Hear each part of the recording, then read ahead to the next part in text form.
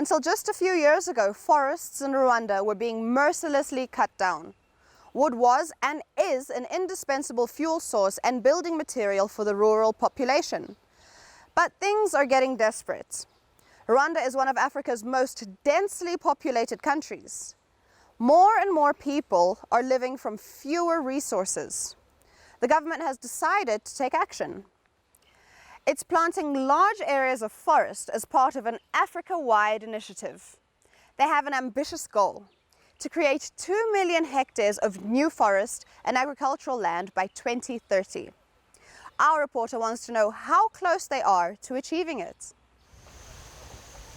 These two men have another busy day ahead of them. They're planting a small forest. Muvunyi Huruna is a farmer in eastern Rwanda and uses a lot of wood.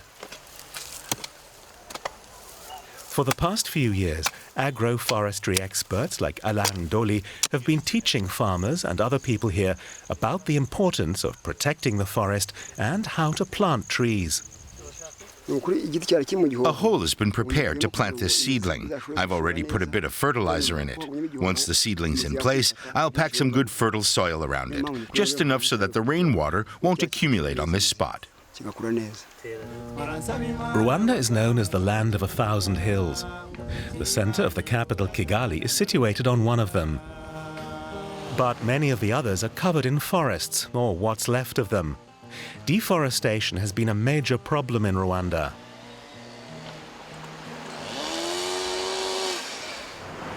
The country's population has been growing rapidly for decades. It's quadrupled since 1960. Wood is an invaluable resource for heating, cooking, and construction. Countless trees are felled across the country to meet the demand. A few years ago, the government realized that major changes were needed and introduced the ambitious goal of restoring 2 million hectares of forest land by 2030. That's why some fast-growing non-native species of tree are playing a key role, such as the eucalyptus from Australia. They're being bred and planted here in large numbers. We have a high biomass production. We get good timber in very few years. Like the short cycle for 4 to 5 years, farmers can first harvest and they have the second generation without planting efforts. Reforestation at breakneck speed thanks to the eucalyptus. 2 years ago, this hill was bare. Now it's a thriving young forest. Other species are also being planted.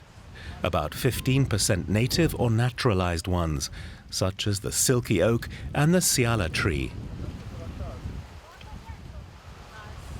It may seem overly ambitious to aim to reforest an entire country, but Rwanda is determined to try. It's a member of Afro-100, an initiative of 27 African countries to reforest 100 million hectares of land. That's about the size of Egypt.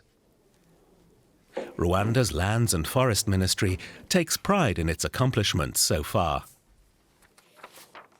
We inspired other countries to commit, to pledge the restoration commitment. So this positioned the country, Rwanda, to be the leading country in terms of restoration and Afro-100 as a whole. What do all the new trees mean for ordinary people in Rwanda? Judith Mukamunana is a farmer.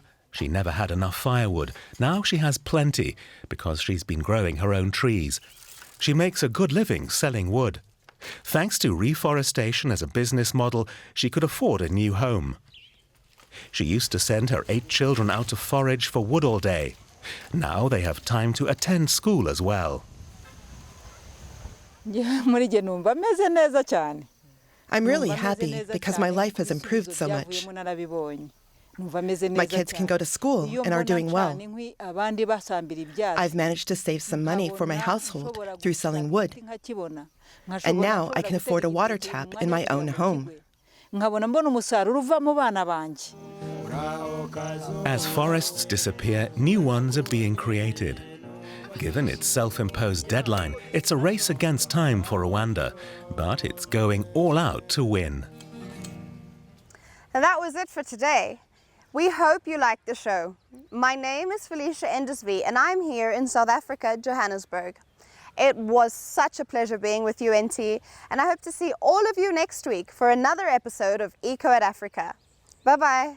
And it's goodbye from me too here in Lagos, Nigeria. If you want to share your ideas or want to know more about our environmental topics, please check out our website and our social media platforms that will be showing on your screen. Bye-bye.